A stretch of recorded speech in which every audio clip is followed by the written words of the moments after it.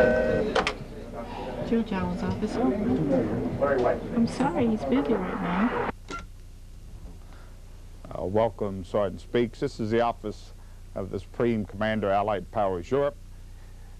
This office has been occupied by the SACEUR since 1967, when the headquarters moved from Paris to Mons, Belgium.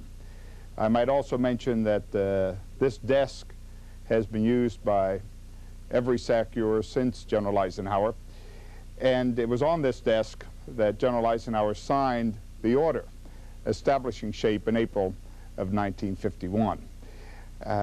Eisenhower was also a SACEUR that understood that if soldiers understood their nation's goals and objectives, that they were better informed then to serve their country and, if need be, to fight for their country. And one of the things I'd like to do today is to give you my assessment of how I see things evolving here in Europe, to talk a little bit about why we're here, what our new mission is in this new NATO, and hopefully by doing that, better inform today's soldiers, sailors, airmen and Marines, and civilians and family members of what this new EUCOM is all about and how they, in turn, can better serve their country and, if need be, fight for their country. A new Europe. The mission continues. A conversation between Supreme Allied Commander Europe, General George Joulwan, and AFN Sergeant Scott Speaks. Sir, I certainly haven't been in Europe as long as you have, but in my few short years I've seen many changes, and certainly it must have been an experience for you to see the end of the Cold War and the fall of the Berlin Wall. I was a senior in high school when that happened, but you were the 5th Corps commander at that time, is that right? You're making me feel old here, Scott, but yes, I was the 5th Corps commander then, and it was a very exciting time. And you could see lined up at the 2 crossing points these Trabants or Trabis, for as far as you can see, hundreds, thousands of them lined up to cross into freedom. And I saw hundreds of West Germans waiting at those crossing points, and they would greet their brothers from the East very openly, very emotionally. And I was standing at one of the observation posts when one of our patrols came back with 2 soldiers, about 18 or 19 years old. They were patrolling the border in their Humvee, and they came up to me very excited to tell me what they had just witnessed. And they said, "General, we were caught in this stow or traffic jam right along the border with hundreds of these Trabis with East Germans in them. And everything came to a standstill, and they said, General, we're inside our Humvee, and hundreds of East Germans got out. So we got out of our Humvee, and they came up and they hugged us and thanked us for their freedom." And the other young soldier said to me, "General, now we know why we're here." And I remember that day as if it were yesterday, because I think it goes back to what General Eisenhower said about keeping soldiers informed of what our goals are and what we're all about. Our mission just didn't end with the collapse of an Iron Curtain or the tearing down of a wall or the defeat of an ideology called communism in the 1989-1990 period. That was the end of one phase and yet the beginning of another. And we have to understand that. It is not yet over. Our mission is not complete. If I can use a sort of an infantryman's term, we have reached the objective in 1989 or 90, but we have not yet consolidated on the objective. And it's that consolidation that needs to take place now if we are going to truly achieve the level of security we want for not only NATO and Europe, but also for the United States into the 21st century. So what we are about now is defining that new mission within a new Europe and within a new NATO. So why is it you call it a new NATO and a new Europe? Well, in the past, when for 40 years we were worried about a Soviet attack in the Fulda Gap, we had very robust, very high state of readiness in terms of our forward deployed forces. But now we have other threats. We have still 20,000 plus nuclear warheads in the former republics of the Soviet Union. We have fragile democracies that have evolved We have a great deal of instability and uncertainty, ethnic conflict, proliferation of weapons. What we need to do now is come up with an engagement strategy so that as we work with former adversaries, we can build the mutual trust and confidence that hopefully will deter a future war or even a future ethnic conflict somewhere within Eastern or Central Europe. And so that's the new NATO. How can we adapt our forces? How can we be more versatile? How can we work better with our allies here in Europe as we reduce the force here in Europe? That's going to be the challenge. With a new concept, you have to have a vision. Is there a vision for the future of this evolving new Europe?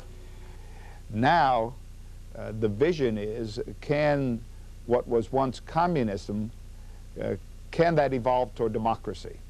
That's the larger question. And that will take a period of transition.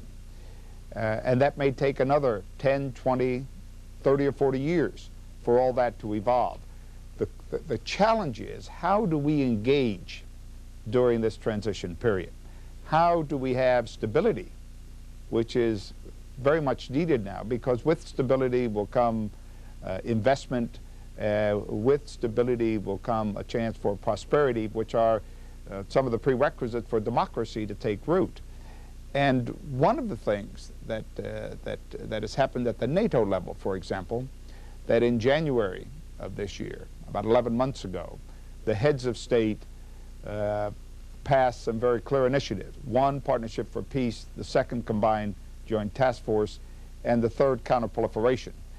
And in their wisdom, they have given the military authorities to include SHAPE and NATO, of which our forces, our U.S. forces, are a subset of, the direction in how to pursue this mission of the future. So the military cooperation that's going on now with former adversaries is very important to all of that. Can we engage in a way to promote mutual trust and confidence with the countries of Eastern and Central Europe? Can we create common standards and common procedures amongst the militaries of both NATO and these countries, and now partnership countries, in a way that can set better conditions for success if we have to operate together in some future humanitarian or peacekeeping operation? All of those things are going on now. And it is in that context that EUCOM and the U.S. military here in Europe have to operate. Mm-hmm. Article 5 is the core for NATO to defend and support and protect the alliance. Yes. What are the missions for the new NATO? Again, it's built around Article 5. Article 5, which is the collective defense, attack upon one is an attack upon all, is still the core of the alliance. So on one hand, it's an outreach of a handshake to former adversaries to say, we want to work with you. But if the interests of the alliance are threatened, that handshake can go back into a fist and needs to be able to fight. That's the challenge we have across that entire spectrum, from peace support operations to strategic balance and strategic deterrence. And that's what we need to realize now in this new EUCOM and this new NATO. Mm-hmm.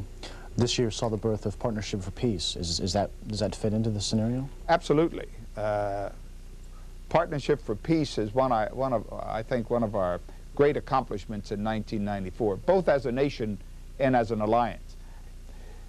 We established, right next to my headquarters here, a partnership coordination cell, and this year alone we've run 3 exercises, 2 land exercises, 1 in Poland, 1 in the Netherlands, and a maritime exercise in the Baltic. For a bureaucratic organization, that is at the speed of light that we've been able to do that in less than a year. But more importantly, that what we've been able to do right next door here in this partnership coordination cell is we now have 11 liaison officers from 11 countries, former Warsaw Pact countries, who are now right here next door to SHAPE. And their families are here. Their children are integrated into the SHAPE community. They go to our schools. They attend our functions. We are trying to develop this friendship as well as being partners. And 23 nations now have signed up, to include Russia, have signed up for the Partnership for Peace program, and I expect more to do so next year. So we have a unique opportunity with Partnership for Peace to create this engagement strategy which will, I think, provide a good foundation for stability and security well into the 21st century. These common tasks and standards, what is so important about those? Well, it's extremely important, as I said, to create the best conditions for success. At least that's how I look at it. If you, for example, look at the former Yugoslavia now, and particularly in Bosnia and Croatia, you have about 35 nations represented there from throughout the world, about 40,000 troops. They're all trained at different standards. They have a very difficult time communicating with one another. They have different doctrine, different procedures.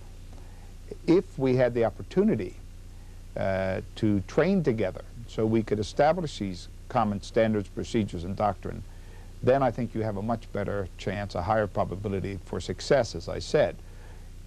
For example, NATO is responsible for a UN Security Council resolution that talks about providing an air cap over Bosnia. That's called deny flight. We have 10 to 12 nations involved in providing aircraft from NATO to do that. They are trained to common procedures, common standards. Within hours, we can assemble the force. There are about 200 plus aircraft there from the alliance. And they work extremely well together. Let me give you an example of what I'm talking about. In February of 1994, 6 Gallup fighters that took off from Udbina, which is a air base in the Krajina region of Croatia, took off and violated the no-fly zone over Bosnia. They were quickly intercepted by NATO fighters, and a Dutch lieutenant gave very clear instructions to the NATO fighters. And all of this took place in less than 5 minutes, and 4 aircraft were shot down. Those are the integrated procedures and that we've developed over 40 years in this alliance. That's what I'm talking about. We're also, NATO, responsible for something called Sharp Guard, which is an embargo in the Adriatic, again in support of a UN Security Council resolution. And we have over 20 ships from throughout the alliance that take part in that embargo, and that even includes ships under the Western European Union. But again, we use NATO procedures, and they work extremely well. There's a multinational operation called Provide Comfort, which is a operation in support of the Kurds in northern Iraq that also uses NATO procedures. Provide Promise is an operation of feeding the people in Sarajevo and in Bosnia with both air, land, and air drop operations. That is also NATO procedures. What we did in Rwanda, for example, though it was primarily a U.S.-led operation, we used tested NATO procedures. So when we had to airlift the British and the French and the Dutch and others, we used tested procedures. That's what I'm referring to. And we have worked 40 years to develop those procedures. And they work, and we have demonstrated that in the recent operations that are ongoing in the former Yugoslavia. Your military members throughout Europe are watching these activities take place, military-to-military training, peacekeeping activities. Where does your EUCOM soldiers and sailors and Marines, and where do they fit into the strategy? Well, all of that is linked, as I said before.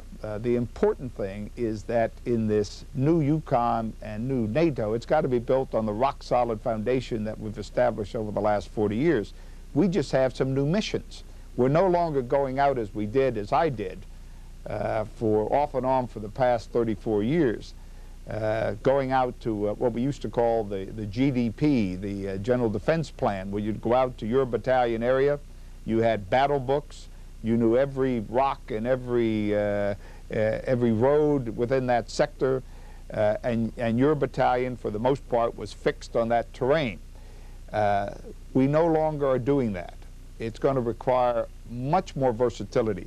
But the basic principles of how we do mission analysis, how we do mission essential task list, how we understand task conditions and standards. All of that applies. Even if you're going to do a military-to-military operation or exercise with partnership nations, even if you're doing a maritime exercise with ships, even if you're doing an air exercise with nations not only within NATO but also with former partners. Our basic doctrine, the standards that we want, the high state of professionalism that's going to be required is every bit as important. So it's a state of mind that I'm after here. I don't want people uptight about the new mission, but I want them to understand that it's going to take discipline, it's going to take training, it's going to take rigor in how we do things, good maintenance, stressful, realistic training, and we're going to have to be innovative in the way we do that for this new spectrum of missions. In the past, we were concentrated primarily at the high end of the spectrum. We were here to fight a very robust, echelon Soviet threat. Air, land, sea, it even had nuclear weapons involved. That threat no longer exists. What we need to do now is how do we adapt and adjust using the good procedures, the good doctrine that we've established in the past, and how we train and how we array our formations. How do we do that? And can we create in today's EUCOM soldier that same sense of purpose, that same sense of discipline, that same azimuth that we've had in the past? That's what I'm trying to do. And that takes troops to understand that. It takes families to support it. It takes communities and a quality of life also to support it.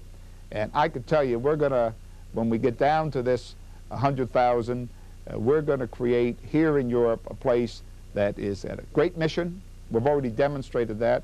We're going to try to get not only our ops tempo, but our purse tempo, how troops, how often they move, under better control, and we're going to establish a very good quality of life to raise and support a family. That's our goal. But I need the support of the community, of the soldiers, sailors, airmen and Marines, civilians, and our dedicated civilians in order to make that happen. But I'm very optimistic that we can do that. Is 100,000 enough? You're in great company, Sergeant Speaks. President Clinton asked me that same question when I had a similar conversation with him. I told him I'd have to wait to see when we get down at that level. I think it's very important, though, that we can stabilize at 100,000 as quickly as possible. And about 100,000 we should reach in about the 1996, in about another year. But we've come from about 314,000 in 1989 to where we are today, about 120,000, 124,000, and so we're close to that level. What I have to do then is analyze the missions that we have and see that do our Army, Air Force, and Navy forces, are they sufficient to do it? Do we have resources to match requirements? I'm not sure, but I could tell you we can't go below 100,000. It's going to be very difficult to do that. But these, I don't like the term only 100,000 either, because this 100,000 that we have in Europe as a U.S. commitment is, to me, the most ready force here, the most professional. They're all volunteers. They're the best equipped. They're the best led. They're highly motivated. They're well trained. So this is a very strong commitment of the United States of America to NATO and to this alliance. And I want our troops to understand that. And we're going to work on the readiness standards. We're going to try to develop the best trained, ready force within the world. And I think we can do that. We have the training areas. We've got the right leaders. We've got the support in particular in Germany and other nations where our troops are stationed. And so I look at 1994 and 1995 as pivotal years for this new NATO, this new Europe, and this new focus that we're going to have for our U.S. commitment here. As you well know, sir, no mission is complete without the proper support, and for our military members, that support is the families. Yeah. What is in store for the EUCOM family? Well, you have to remember now, I've raised a family here over the last 34 years. I've spent 16 of them here in Europe. So I've raised a family here. I know the challenges that families have here. I haven't always been a four-star general trying to carry out my responsibilities here. So I've been here at every stage. I have made it very clear, and the component commanders and the leadership at EUCOM has made it very clear that our #1 priority is quality of life. Now, we all say that. What do we mean by that? I have integrated it in not to something that stands alone. It's part of readiness. I told the Secretary of Defense that. I've told the President that. You have to provide, or we have to provide, a standard here, an adequate standard for our family members because of the challenges of mission. And if that quality of life or how our families live and how they're taken care of medically and education, if we need to be able to reach an adequate level for our troops and their families here in Europe. And I've made that my #1 priority in Europe.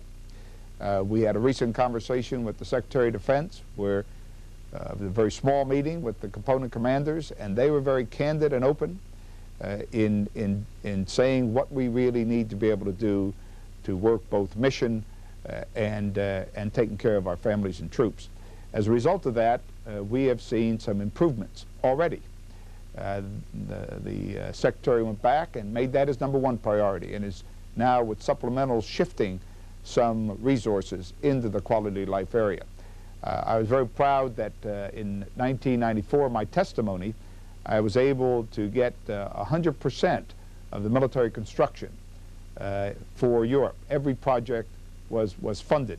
And we went from, in 1993, where less than 50% were funded, to now, 2 years later, where 100% of our projects were funded. But let me be clear, we're not back to the force levels and the level of funding we had 5 or 6 years ago. We shouldn't be. There has been a great victory. That we had the collapse of an ideology, the fall of a wall, the collapse of an Iron Curtain. So we should be able to reduce. And I think American people expect that. But what we need to do is determine this force that we're going to have here, how to keep it well-trained, motivated, focused on mission, and take care of the troops and their families. We're going to do that. I'm dedicated to doing that, and we're going to see some of those gains in 1995. Peacekeeping. It's a lot different mission. Talking to soldiers, is there really a difference? Well, I'm going to give you my, my personal opinion that I think it's very important for the troops here in Europe that missions are missions and operations are operations. I think it's extremely important that when we enter one of these peace support or peacekeeping operations, it can go all the way from sort of humanitarian aid all the way up into peace enforcement. All of that is peace support operations. I think it's very important that the troops here, soldiers, sailors, airmen and Marines and others that are involved maintain their skills. Just because it's called peacekeeping does not mean it's peaceful. And so we need to enter these, as with the contingent that's in Macedonia. They need to be highly trained and highly skilled in their basic craft. And when they get into a peacekeeping mission, the conditions change. Therefore, they have to adapt to those conditions. But it's very important that they go through their mission essential task list, that they do the tough, difficult training so that they can protect themselves and they could operate as part of a multinational force. I don't like the term operations other than war, which is a term that's being used for peace support operations. I would like to call it an engagement strategy. It's peacetime engagement, and our troops mentally and physically and training-wise have to be ready to do these sort of missions. I think we're going to see more of that in the future, and EUCOM is going to be addressing that as we go along. As you know, for many months, we've had elements of the European Command ready to participate in a peace implementation plan in Bosnia. That requires a very high state of training. And I want the troops to be able to train to those standards and understand that they're going to be in an environment where it's extremely dangerous. And they need to keep their training and keep their standards high. The troops that went into Rwanda, I was extremely proud of them. even though we led with water purification, logistics units, and engineers and medics, the overall protection was provided by the airborne unit primarily out of Vincenza. Everyone did their job well. There was good, tight discipline. There was good control by the chain of command. There was good accountability.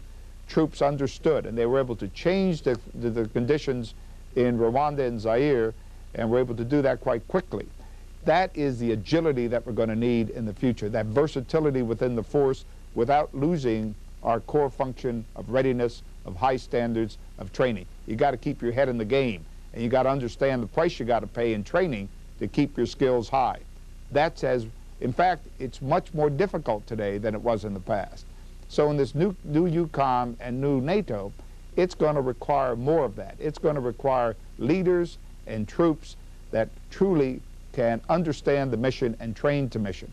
And it's going to require discipline, it's going to require rigor, and it's going to require high levels of readiness and training.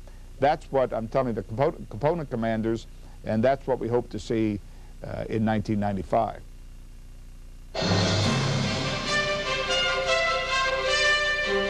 This has been A New Europe.